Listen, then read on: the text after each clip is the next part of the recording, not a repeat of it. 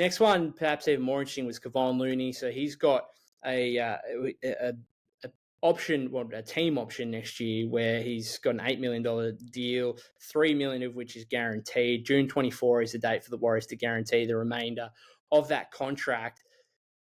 Very, very, very, very interesting quote from Tim Kawakami, who said, I think the likeliest situation is that he's cut and he makes $3 million from them and he's off looking for another spot, and there will be another spot for him in this league.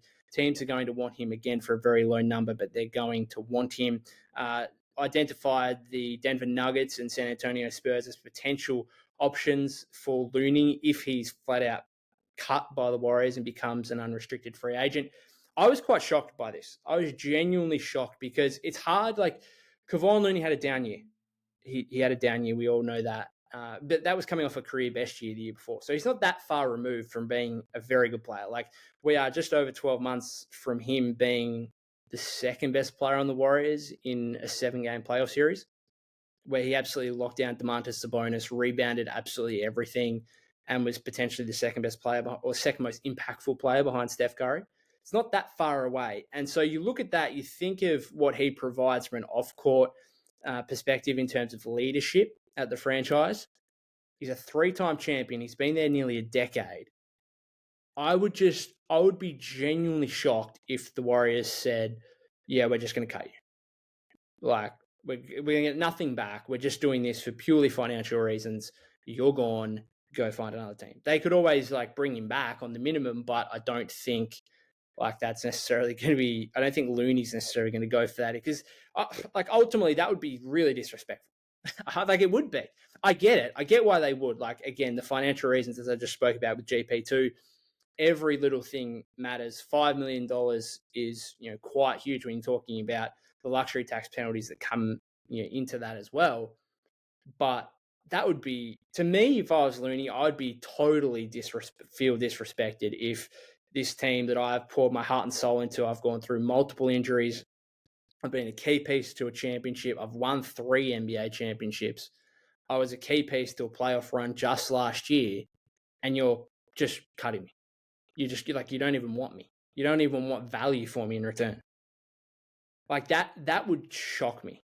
That would be stunning, I think. And I think that was the biggest quote from this podcast, Kawakami thinking that's the likeliest situation for Loon.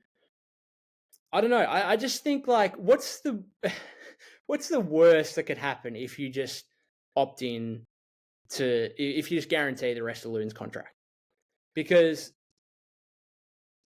they can get under the second tax apron anyway, based on CP3, based on Clay. They can get under the second tax apron anyway without needing to do this with Loon, I think. So what's the worst outcome here?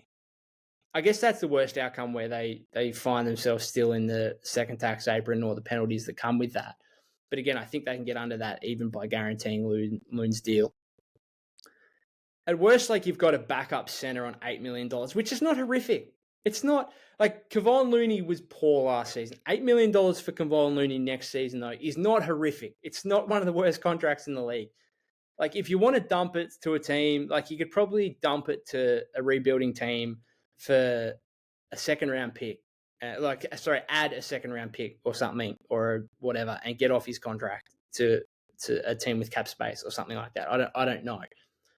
Or you just trade, you could trade him, you could use him, as I just spoke about with GPT. You could use that salary as a piece to go and get a major upgrade, and you could get a really good piece out of it, and that's probably the upside from it. I just think it'd be disrespectful, be really disrespectful, and I don't get it. I do get it. I do get it for the financial reasons, but it would legitimately shock me. It would legitimately shock me if they just cut Kevon Looney and make him an unrestricted free agent.